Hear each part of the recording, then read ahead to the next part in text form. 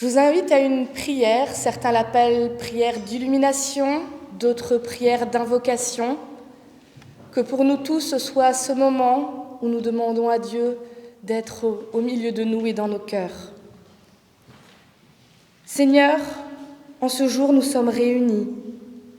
Nous avons nos différences, mais nous avons surtout une chose en commun, c'est dans le nom de Jésus-Christ qui nous porte et nous sauve que nous sommes réunis. Nous en appelons à ta parole. Sois au milieu de nous ce matin et comble-nous de ta présence.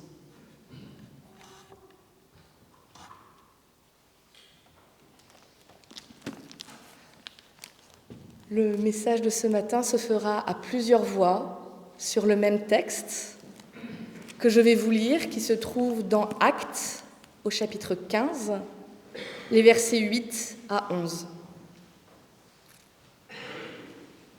Et Dieu, qui connaît les cœurs, leur a rendu témoignage en leur donnant l'Esprit Saint, tout comme à nous. Il n'a fait aucune différence entre nous et eux, puisqu'il a purifié leur cœur par la foi. Maintenant donc, pourquoi provoquez-vous Dieu en imposant aux disciples un joug que ni nos pères ni nous-mêmes n'avons été capables de porter? En fait, c'est par la grâce du Seigneur Jésus que nous croyons être sauvés de la même manière qu'eux.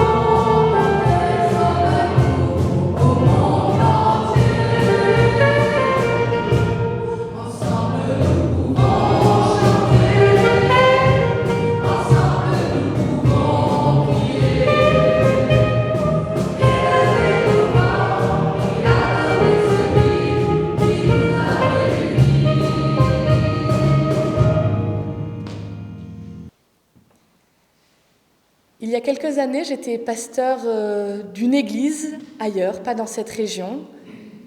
Et nous avions l'habitude de nous rencontrer dans la semaine, en soirée, pour vivre un temps fort, un temps de prière, un temps de partage. Et nous avions cette habitude de terminer en cercle, après avoir prié, et chaque personne se tournait vers son voisin pour lui donner une accolade. Et ce jour-là est venu un jeune homme qu'on ne connaissait pas, qui visiblement était de la même confession que nous, qui est venu, qui a participé à tout, et au moment de la fin de cette accolade, la doyenne de notre église, 92 ans, toute frêle et toute petite, se tourne vers lui et s'approche pour l'embrasser. Ce jeune homme venait d'un pays d'Asie de l'Est. Et quand elle s'est approchée de lui, il l'a repoussée de toutes ses forces et elle a failli tomber. Heureusement, quelqu'un l'a rattrapée. Qu'est-ce qu'on en fait, nous, derrière, de ce geste qui, pour nous, était d'une violence extrême, elle aurait pu être blessée? Comment comprendre qu'il refuse un geste d'amour fraternel simple? Alors, il nous a expliqué que dans sa culture, on ne se touche pas, et que sa propre mère ne l'a pas prise dans ses bras depuis qu'il avait 12 ans, que ce serait réservé un jour à sa femme et qu'il ne pouvait pas supporter que quelqu'un le fasse. qu'est-ce qu'on en fait? On ne peut plus se parler, on ne peut plus faire ensemble. Ce genre de problème n'est pas récent. Dans le texte que j'ai lu, c'est les tout débuts de l'Église. Et ce genre de choses arrive déjà. On se pose la question, les nouveaux chrétiens, doivent-ils se faire circoncire comme les Juifs de l'époque? Oui, non. Ce n'était pas une petite décision, ce n'était pas juste un petit aspect culturel. C'est une question d'identité profonde. Est-ce qu'on fait partie de l'alliance avec Abraham? Il y a ce « nous » et ce « eux ». Notre façon de faire, notre façon de vivre, notre façon de comprendre. Et eux, peut-être un peu barbares, un peu bizarres. Ils ne comprennent pas, ils ne savent pas, ils ne font pas comme on devrait faire. J'aime la réponse qui est donnée dans ce texte au verset 9.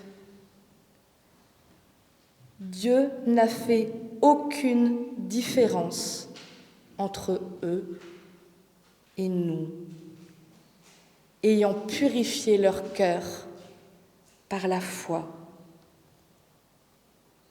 Oui, nous sommes des êtres humains et nous pensons en eux et nous, voire en eux contre nous. Et comme l'a dit Agnès tout à l'heure, on a cette tendance à bâtir des murs, voire des murailles. Mais Dieu, lui, il pense en nous tous ensemble. Et lui, il bâtit des ponts. Ça demande du courage d'accepter réellement la diversité, la différence. Et pourtant, ça nous rend tellement plus forts. Ça rend notre monde plus grand, plus beau. Et j'en reste persuadée, ça nous rapproche de Dieu. Alors je retourne à mon histoire du début et sur ce jeune homme qui a posé un geste qui pour nous était compliqué. Nous avons fait un choix, c'est d'aller à sa rencontre en lui demandant de venir lui aussi à la nôtre et de lui demander quel geste on pourrait faire avec lui à la fin de nos rencontres, parce qu'on voulait quand même qu'il soit dans ce moment, mais sans être mal à l'aise. Alors on s'est mis d'accord que la personne, au lieu de l'embrasser, mettrait ses mains comme ça, qu'il le ferait aussi et qu'on se pencherait l'un vers l'autre. Il est resté 2 ans avec nous. Et le dernier mercredi qu'il a passé avec nous, au moment de faire ce cercle, c'est la même petite dame qui était à côté de lui. Et ce jour-là, c'est lui qui l'a pris dans ses bras. Et je ne peux pas vous raconter à quel point tout le monde a été ému de ce pas qu'il avait fait parce que nous en avions fait un vers lui. J'ai vu des endroits du monde où dans une église, on enlève ses chaussures avant de rentrer. J'en ai vu d'autres où on se couvre la tête avant de parler. J'ai vu des églises où on doit rester calme, silencieux et dans la révérence. J'en ai vu d'autres où on explose de joie pendant tout ce qui se passe. Il y a tellement d'églises qui vivent des choses différentes. Mais la seule question au fond qui va vraiment compter, celle qui importe, est-ce que les cœurs ici présents sont purifiés par la foi? Parce que tout le reste, c'est le décor autour. Mais l'Éternel ne regarde pas à ce qui frappe les yeux de l'homme.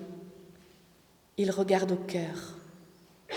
Alors pour chacun d'entre nous ici, peu importe d'où vous venez, quelle église vous fréquentez, ce que je souhaite, ce que je prie pour chacun d'entre nous, c'est que Dieu purifie nos cœurs, par la foi. Amen. Ah, qu'il est doux pour des frères de demeurer ensemble. Dans ce psaume 133, le psalmiste chante la bénédiction d'être ensemble. À travers les images qu'il emploie, il affirme que cette bénédiction recouvre toutes les dimensions spirituelles du croyant. La prière, l'étude de la parole, ainsi que la manière de l'incarner dans sa vie. Cette bénédiction, elle ne vient pas seulement du fait d'être avec des semblables, comme on l'a dit. mais aussi avec les voisins qui ne nous ressemblent pas tout à fait et qui nous bousculent. Cette rencontre a toute son importance, c'est la bénédiction, la vie pour toujours, chante le psalmiste. Ah, qu'il est doux pour des frères de demeurer ensemble, dans l'unité, la prière par l'esprit qui rassemble. C'est ce que nous chantons maintenant, et pour incarner l'unité dans la diversité, nous allons chanter cela en canon.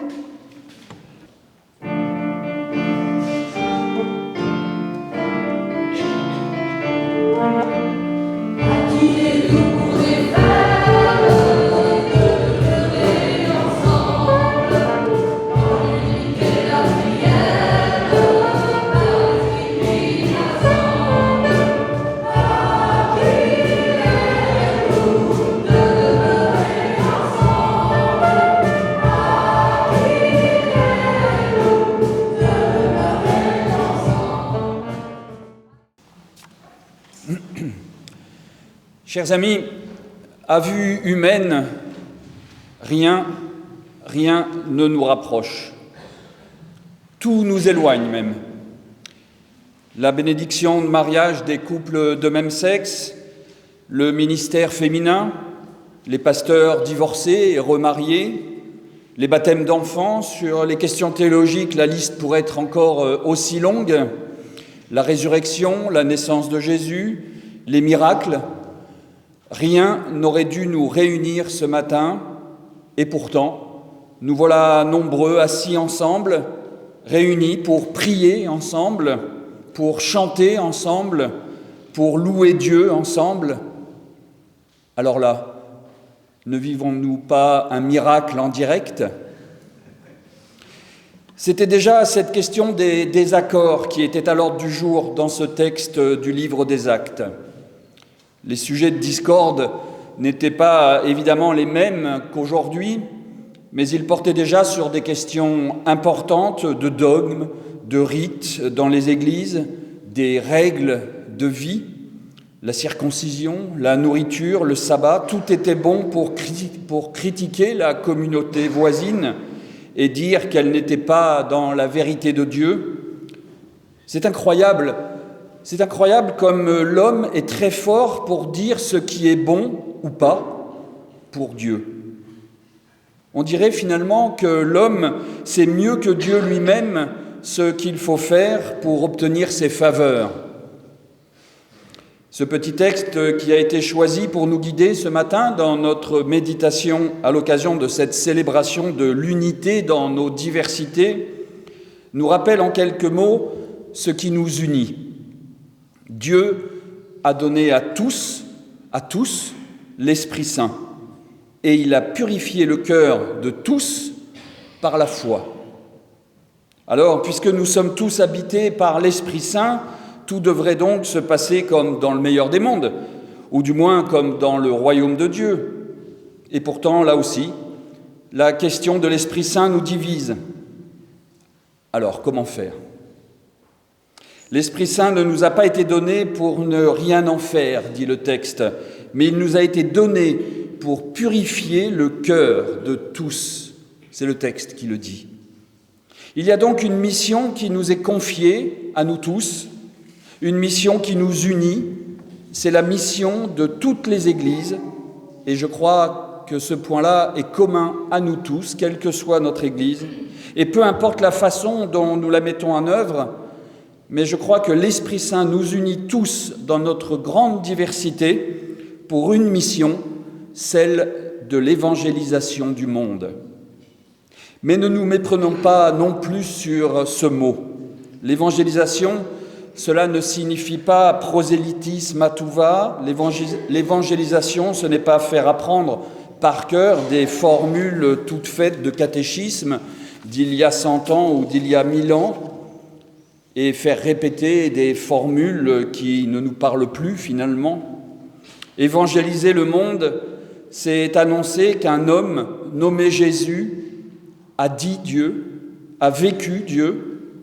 C'est annoncer que l'homme Jésus a été l'homme jusqu'à l'extrême. C'est dire au monde que Jésus était vrai homme et que sa manière de vivre est une bonne nouvelle parce qu'elle a été un chemin d'authentique humanité. Une authentique humanité qui a aidé chaque être humain à trouver son chemin et lui donner du sens. Paul a écrit dans sa lettre à Tite que Jésus est venu pour nous enseigner à vivre dans ce monde. Jésus est tout simplement celui qui a rendu Dieu comme véritable bonne nouvelle. La mission commune de nos églises, la mission de nous tous ici, à travers nos œuvres, nos cultes et nos célébrations, est d'annoncer cette bonne nouvelle au monde. Amen.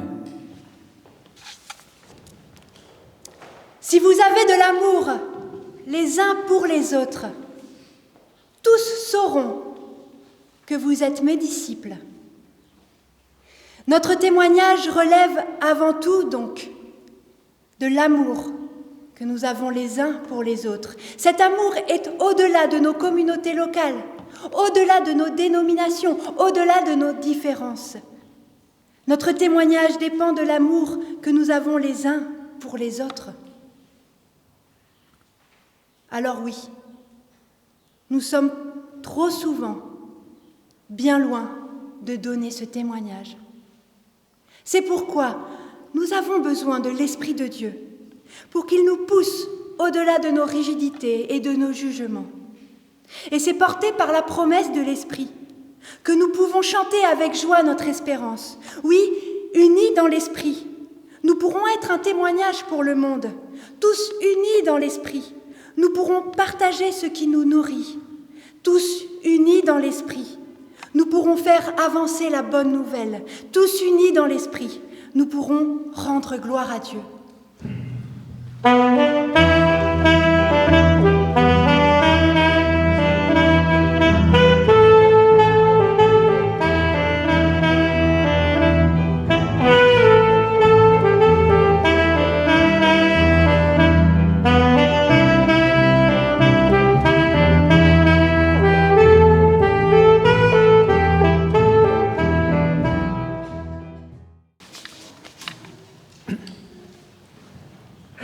Dieu n'a pas fait de différence entre eux et nous, il a rendu leur cœur pur, tout simplement parce qu'ils ont cru.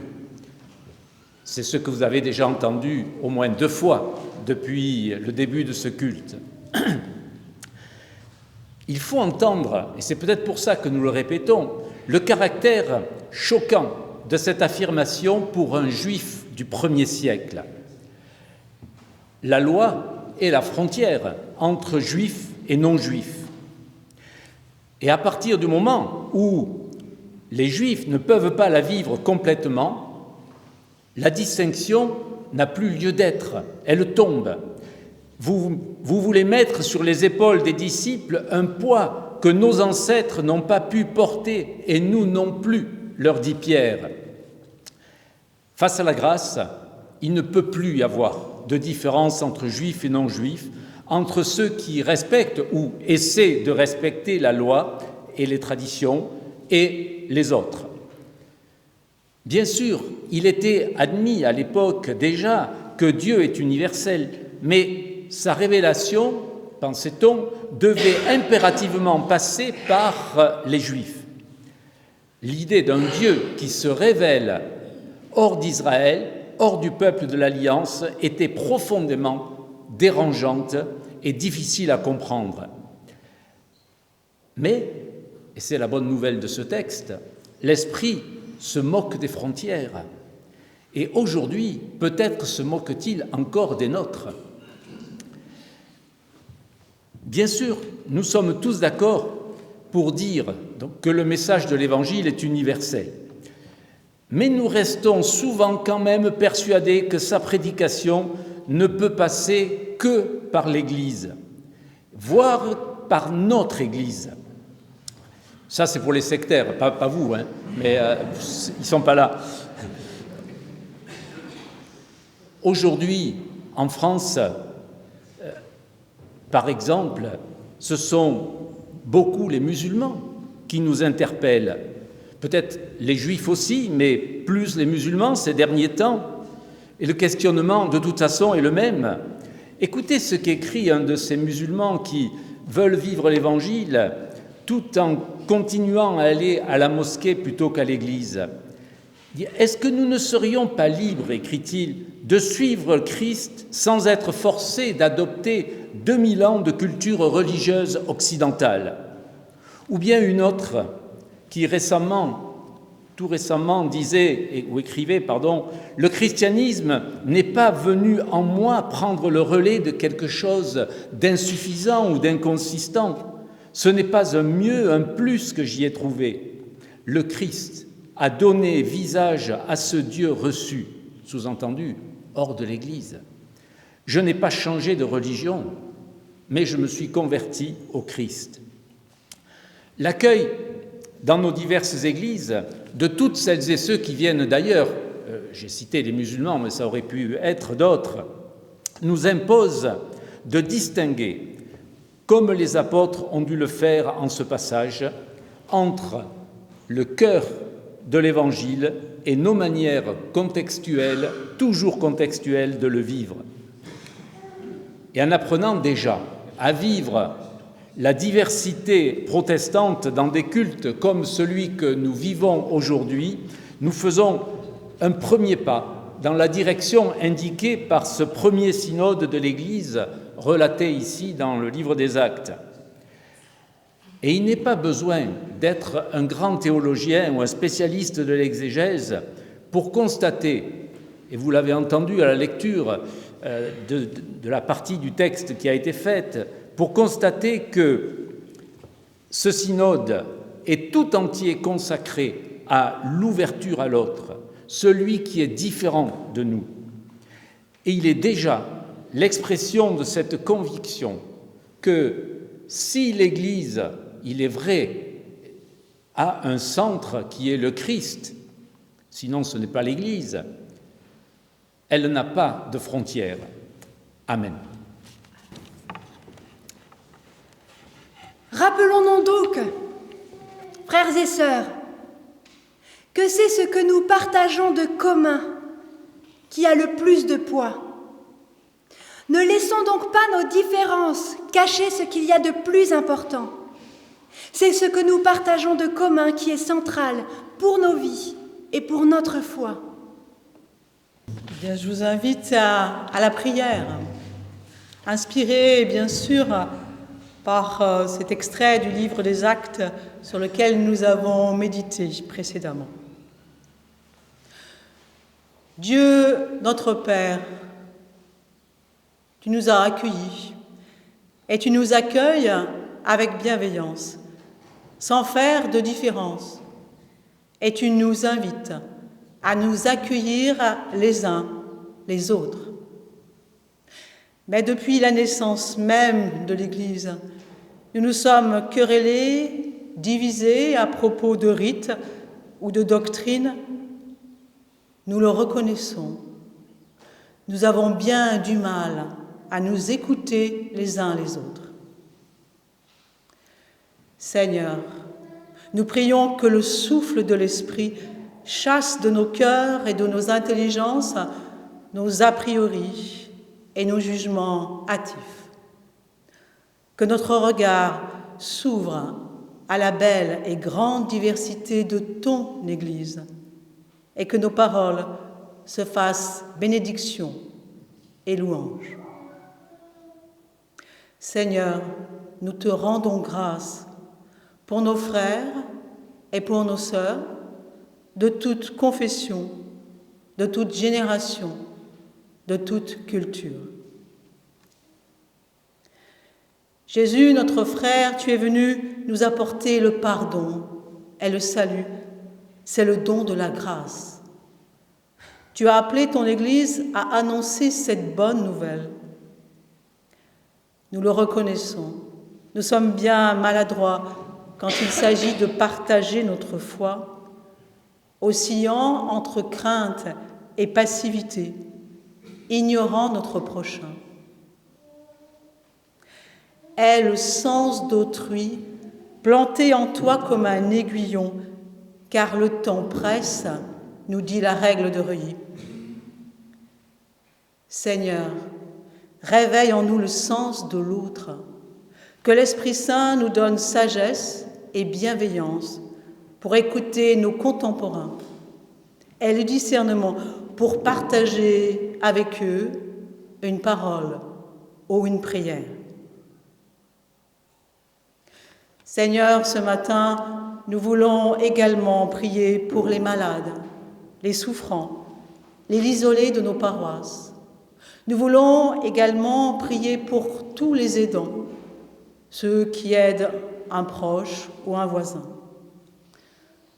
Que ta main bienveillante repose sur eux et que ton esprit leur donne paix et confiance.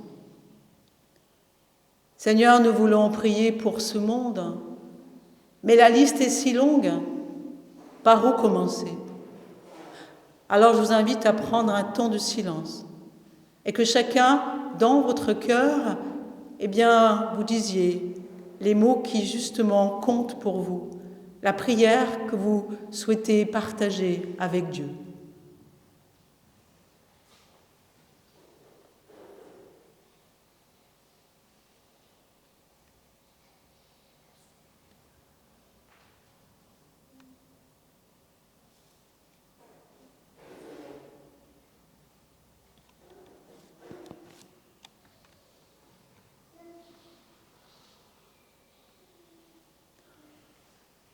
Enfin, Seigneur, toutes ces prières, nous les rassemblons dans cette prière qui nous unit les uns les autres et nous disons ensemble, Notre Père qui es aux cieux, que ton nom soit sanctifié, que ton règne vienne, que ta volonté soit faite sur la terre comme au ciel. Donne-nous aujourd'hui notre pain de ce jour. Pardonne-nous nos offenses comme nous pardonnons aussi à ceux qui nous ont offensés, et ne nous laisse pas entrer en tentation, mais délivre-nous du mal, car c'est à toi qu'appartiennent le règne, la puissance et la gloire pour les siècles des siècles. Amen.